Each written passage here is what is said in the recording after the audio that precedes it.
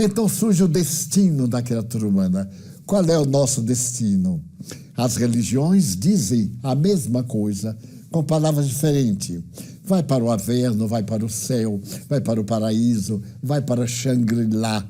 Nós voltamos às origens, ao mundo de origem, que é chamado o reino da imortalidade. Se nós formos nobres, se tivermos uma vida saudável, nós voltaremos muito bem. Como eu faço uma viagem, saio de Salvador para visitar Washington, eu serei aquilo que eu levo de mim, o meu caráter, a minha conduta, os meus valores, o meu temperamento. Em Washington, eu posso degenerar ou posso aprimorar-me. Quando eu voltar para Salvador, eu trarei as experiências que levei e aquelas que eu pratiquei em Washington. Não importa que seja em outro lugar, elas estão na alma que eu sou. Uma alma, um espírito encarnado. E aonde quer que eu vá, esse contributo irá comigo. Eis aí porque existe sofrimento. O que é o sofrimento? Buda perguntava, por que sofrer? Exatamente por causa da fragilidade da matéria. É um desgaste. Nós pegamos o aço mais inoxidável. Com o tempo, ele consegue sofrer as intempéries. Tudo se transforma no universo, menos o amor de Deus, que permanece para nós. Então, a filosofia desta ciência está toda centrada na ética moral do Evangelho de Jesus. Porque Jesus disse, eu vos mandarei alguém. Eu não vos deixarei órfãos. Eu mandarei alguém consolar-vos. E é por isso que no livro dos Espíritos, este manancial de sabedoria, na quarta parte, o outro livro é constituído de 4 livros. E o quarto se chama Esperanças e Consolações. Nós teremos que manter sempre a esperança, porque a nossa fatalidade é o bem, é a felicidade. E se nós aprendermos a cultivar a felicidade através dos bons pensamentos, das boas palavras, das boas ações, nós agora teremos consolações. Mesmo a morte desaparece. Lhes contarei uma experiência. Faz mais de 40 anos. Eu era muito mais jovem. Hoje eu sou um rapazinho de 94 anos. Naquela época eu deveria ter uns 50. Muito bem. Nós temos o hábito de atender as pessoas que nos procuram. Antes da reunião, essas pessoas passam por um atendimento fraterno, são encaminhadas, ou depois das reuniões públicas. E eu estava atendendo a uma fila depois da reunião, quando veio até mim uma senhora muito desesperada. Ela se fazia acompanhar de uma amiga que a confortava, pedindo que tivesse paciência. A senhora chegou-se até mim e foi bastante rude, para não dizer grosseira. Ela disse, eu vim aqui por instância de minha amiga, porque eu não acredito. Eu não acredito nos espíritos, não acredito no Senhor, não acredito em nada, mas eu estou desesperada. Eu sou psiquiatra da corrente psicanalítica, sou freudiana, não creio em nada. Mas eu era mãe. Meu filho, aos 16 anos, suicidou-se. E eu estou desesperada, porque a minha vida desapareceu também.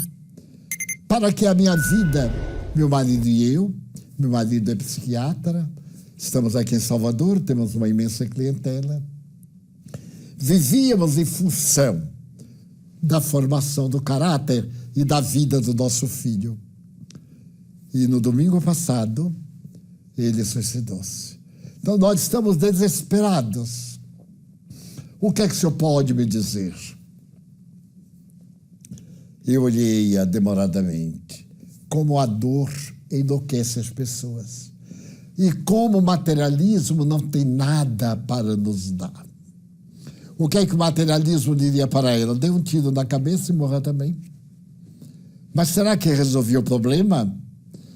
Ele disse, queira, acredite ou não a senhora, a morte não encerra a vida. Muita coisa eu queria que não fosse, mas infelizmente é diferente.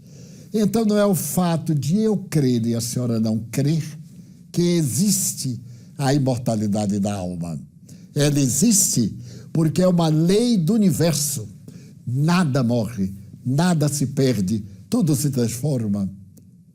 Nós temos isso na química há vários séculos, mas também é na vida.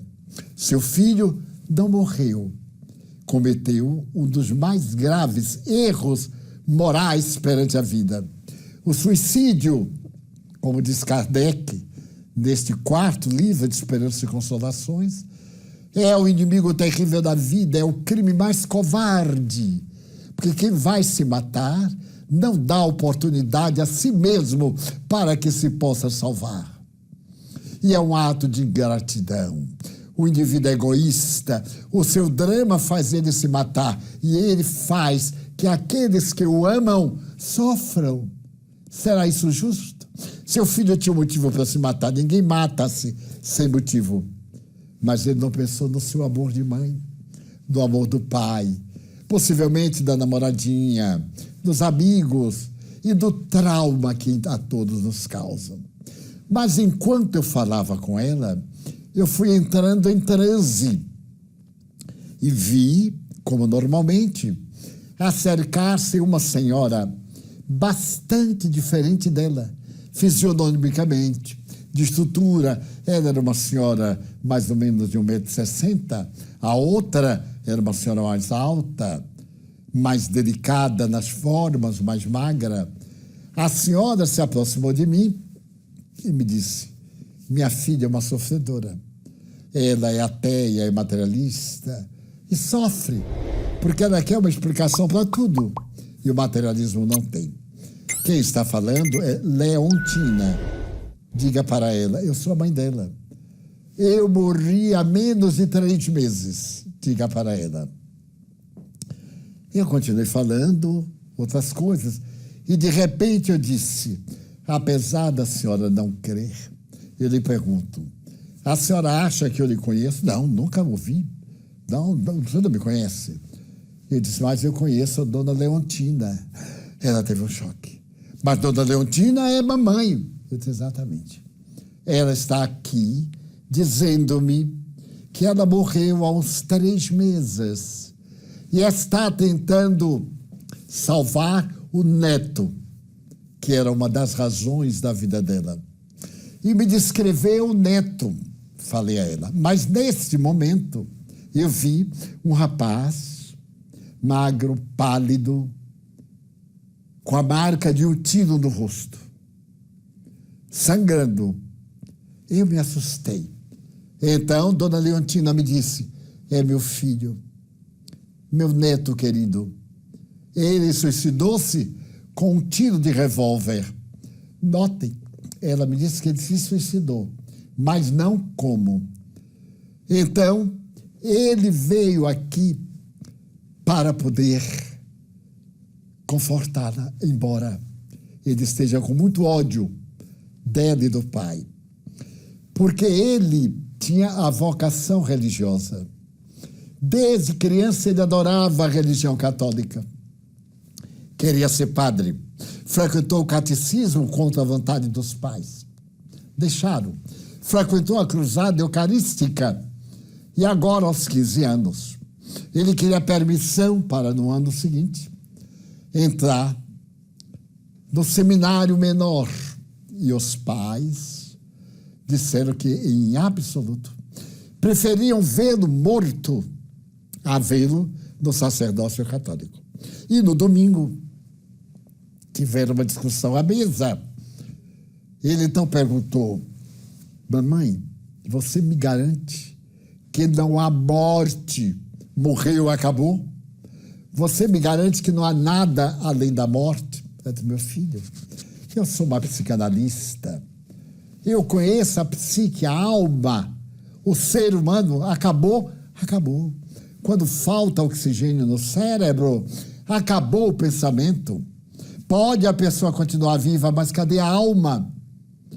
E ele foi ficando agitado e perguntou ao pai, papai, mas eu queria salvar almas. E o pai ironizou, quais almas?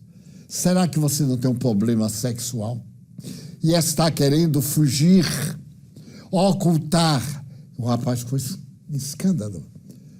E ele disse, então, se eu me matar, acabou. Os pais disseram, acabou. A vida não tem sentido. Exatamente. Foi tranquilamente para o quarto, acabou a discussão.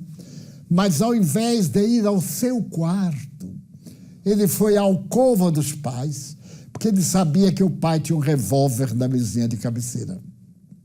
Tinha muito medo de ladrões, tinha licença para andar armado. Então ele abriu a gaveta, tirou o revólver e deu um tiro no rosto. E matou-se. Eu aí fiquei ainda mais chocado. E disse para ela, eu vejo aqui um rapaz com tais características. Mas a senhora era tão rude que ao invés de me ouvir, ela me segurou assim e disse, o senhor é telepata. O senhor está recebendo por telepatia o meu pensamento. Eu digo, talvez, mas sou respeitável, que a senhora veja. Eu não sabia de nada e agora eu sei. Por telepatia ou por telegrafia, como a senhora quiser, a senhora não pode negar que eu sou um paranormal. Não sou comum. Mas, em verdade, eu sou apenas médium. Eu sou espírita, como a senhora sabe. Aqui é uma casa espírita. Sou médium e capto. Agora, para a senhora entender, terá que ler bastante. Para desfazer essas ideias estúpidas de Freud, de Adler, de Lacan e etc. Sabe, o senhor sabe? Eu digo, sim, senhora, não é só a senhora que tem cultura. Os pobres, humildes também leem. Eu leio. Eu sei ler. E leio. E até eu sei, eu tenho convicção. Eu disse para ela, ainda me recordo, há mais de 30 anos que eu lido com os espíritos. Não será a sua crença que me vai abalar ou constranger, minha senhora. E lembre, a senhora veio aqui. Eu não a chamei. Porque nós não insistimos com ninguém. A pessoa está sofrendo, vem. Se não vem, achamos ótimo. Que seja feliz. Não somos daqueles que impomos ser feliz conosco. Não, não. A senhora tem de ser feliz conforme os seus padrões. Ela disse, o meu filho, o que é que ele está dizendo? Mas eu não falei. Porque ele estava dizendo, ela me matou. Ela está com a consciência de culpa. Porque foi graças a ela e a papai, quando disseram que eu ia encontrar o nada, que eu me matei, para que eu continuar naquela vida, ter a minha fé, a minha religião, e não poder exercer. Mas eu não disse. Não era o momento próprio. O médium deve ter muita tranquilidade e discrição para saber o que transmite. Ficamos um pouco e ela foi, ainda acalmou. E disse, mas, senhor Divaldo, como é que se explica isto? Eu sei que morreu, acabou. Eu digo, não. Falaram para a senhora que morreu, acabou. Mas nem tudo o que eles falam é verdade. Isso mesmo não é verdade. Pode ficar tranquila. Senhor Divaldo, o senhor me recebe se eu vier com meu marido? Eu digo, aqui na fila. Eu não faço atendimento particular, porque não sou guru, não vivo disto. Eu tenho trabalho, sou funcionário público, e nas minhas horas de folga, ao invés de ir para os divertimentos comuns, eu me dedico ao espiritismo. É uma doutrina diferente, religiosa, em que se pratica a caridade, mas pode trazer seu marido. Ela ficou um pouco abalada, porque ela tinha que decifrar tudo o que eu lhe falei. Nunca me tinha visto. Se era telepatia, formidável, eu acho ainda mais formidável que o pensamento dela me tivesse contando tudo isso. Bom, se foi, eu continuei a vida normal. Na próxima reunião, que foi na terça-feira, isso foi no sábado à noite. Eu a vi nas cadeiras que nós reservamos para os visitantes que nos querem falar, acompanhada de um senhor. Ele tinha um rosto patibulacho. Ela estava com as marcas do choro, mas não estava nervosa. Por fim, na sua hora, ele veio com ela e ela disse: Edivaldo, este é o meu marido. Ele disse que as mulheres temos muita imaginação e que tudo aquilo que eu falei com o senhor é imaginação minha. Isso não se dá. O senhor poderia dizer a ele alguma coisa? Eu digo, não é assim. Vamos devagar. De lá para cá e não daqui para lá. Eu não sei se tem algum espírito que queira vir. Eu sou um telefone. Mas se não tiver quem faça a chamada, o telefone fica desligado.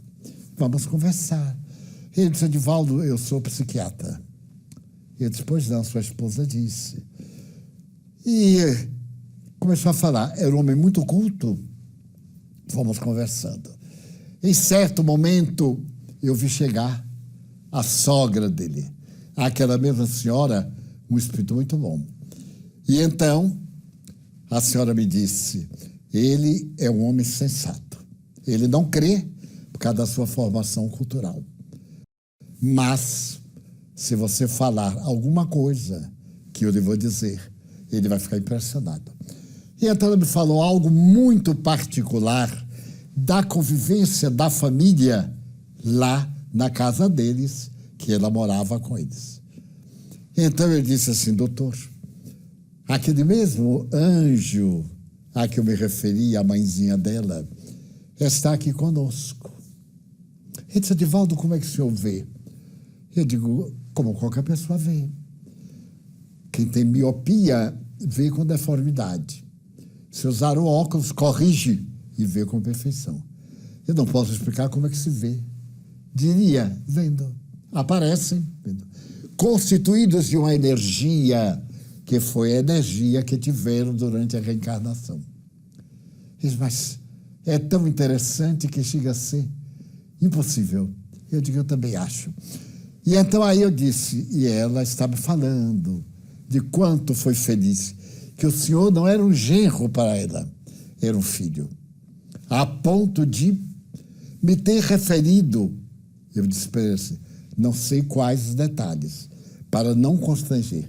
Mas ela me disse que tal fato, um fato muito pessoal, que o senhor ainda não falara com a sua mulher, falou com ela. E ela lhe aconselhou a conversar com a sua mulher. É verdade? Ele ficou lívido, já era pálido, mas ficou lívido e disse assim, é interessante. E perguntou a ela, lembra-se, meu bem, daquele fato, e narrou o que o Espírito me tinha dito e eu não falei. E até disse, mas, meu Deus, os ateus chamam também por Deus, é tão curioso, meu Deus, se isto é verdade, qual é o sentido da vida? Eu disse, amar, ajudar o próximo, como eu estou ajudando o senhor. Nunca o vi e talvez nunca volte a ver. Mas estamos aqui conversando, dando sentido à sua vida. Com a perda de seu filho, o senhor perdeu a razão de viver. Eu disse, agora minha vida é vazia. E fomos conversando, e mais. Aí aparece o rapaz. Aparece o rapaz, e Joana de Ângelo, minha mentora, permitiu que ele escrevesse ao pai. Eu tenho sempre papel, mensagens e as obras de Allan Kardec para oferecer às pessoas que vêm falar comigo. Então eu peguei papel, o nosso palco era um pouco mais alto. Eu debrucei-me e ele escreveu uma mensagem muito rápida, mas muito angustiada por causa do suicídio. Senti as dores morais e as dores físicas da bala da face. E então eu disse, olha aqui a mensagem que ele está lhe mandando. Esse homem parou e me disse estas palavras. Às vezes, eu trabalho com um doente e minha mulher trabalha também. Lutamos 10 anos para limpar, foi a palavra que ele usou, para limpar o indivíduo de um trauma, de um problema. E quando ele está limpo, nós dizemos, agora vá e goze. Ele sai do consultório, vai atropelado por uma bicicleta e morre. Não é um paradoxo? Ele disse, é um paradoxo. E então ele me disse mais. Às vezes eu tenho vontade de dizer assim, vá gozar, vá divertir-se, porque você vai morrer. A vida não tem sentido, mas agora eu sei que tem sentido. E voltaram, e tornaram-se espíritas. E ele me disse um dia, à medida que os dias se passavam daquele domingo fatal, eu planejei matar minha mulher e matar-me também. Então me recordei do livro número 4, do livro dos Espíritos, esperanças, que o materialismo não dá. Ele passou a ter esperança, poderia ser agora do pai, ele poderia ser pai dos órfãos que não têm pai. E o consolo de saber que o filho vivia. Ainda psicografei ao largo dos anos mais 3 mensagens do rapaz. Com o tempo, é claro. Ele era muito jovem. Deus é amor, não é um punidor. E muita coisa ele tinha a favor. A inocência, o lar que morava, as ideias. Então, esperanças e consolações. Não pode haver dor mais doída do que quando morre alguém que nos é querido. E o seu lugar vazio não é preenchível. O dia tem aspecto de uma noite tenebrosa. A saudade é um punhal que está sempre presente. E o sentido da vida sofre um grande abalo. O Espiritismo é o consolador que Jesus nos ofereceu. Nos dá a esperança de viver. Senhor, eu gostaria de ser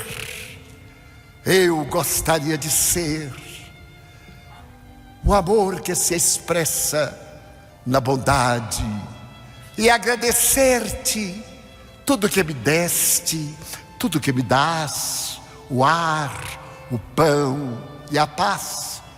Dizer-te da minha gratidão pelos olhos que eu contemplo a natureza, a terra e a sua beleza, as flores em todas as cores. Muito obrigado, Senhor, porque eu posso enxergar. Porém, diante da minha visão, eu percebo os invidentes que caminham na escuridão, que tropeçam na solidão, que choram na multidão. E por eles eu rogo com miseração, porque eu sei que depois desta vida, na outra lida, eles também enxergarão. Muito obrigado, Senhor, pelos ouvidos meus, que me foram dados por Deus, ouvidos que ouvem o tamborilar da chuva no terreiro, a melodia do vento nos ramos do ormeiro, e as lágrimas que vertem os olhos do mundo inteiro. Ouvidos que ouvem a música do povo que desce do morro na praça a cantar, a melodia dos imortais, que ouvimos uma vez e não esquecemos nunca mais. Pela minha faculdade de ouvir, pelos surdos eu quero pedir, porque eu sei que depois desta prova na vida nova, eles escutarão. Muito obrigado, Senhor, pela minha voz, pela sua voz, pela voz que canta, pela voz que ama, pela voz que legisla, pela voz que perdoa, pela voz que o teu nome profere com dulce da unção. Obrigado, Senhor. Mas diante da minha canção eu encontro aqueles que sofrem de afasia, não cantam de noite, não falam de dia. Oro por eles, porque eu sei que da outra vida eles cantarão. Obrigado, Senhor. Muito obrigado, Senhor. pelo meu coração, pelas minhas mãos que aram, que semeiam, que agasalham, mãos de sinfonias, mãos de psicografias, mãos de cirurgias, mãos de poesias, mãos que apertam mãos, mãos que atendem a velhice, a dor, o desamor, pelas mãos que no seio agasalham o corpo de um filho alheio, sem receio, e pelos pés que me levam a andar, sem reclamar. Muito obrigado, Senhor, porque eu posso andar diante do meu corpo perfeito. Eu te quero louvar, porque eu vejo na terra aleijados, amputados, marcados, paralisados, e eu posso bailar. Muito obrigado, Senhor. Eu sei que depois desta expiação, na outra reencarnação, eles também caminharão. Muito obrigado por fim, pelo meu lar. É tão maravilhoso ter um lar. Não é importante se é uma mansão, um duplex, um paraíso, uma favela, seja lá o que for, mas que dentro dele exista a figura do amor, de mãe, ou de pai, de mulher ou de marido, de companheiro ou companheira, de irmão, de alguém que me dê a mão, de um gato ou de um cão, porque é muito triste viver na solidão. Mas se eu a ninguém tiver para me amar, nem um teto para me agasalhar, ou uma cama para repousar, nem assim eu te negarei. Pelo contrário, te direi: obrigado, Senhor, porque eu nasci. Obrigado, Senhor, porque eu creio em ti, pelo teu amor. Obrigado, Senhor, pela sua atenção. Muito obrigado, senhores.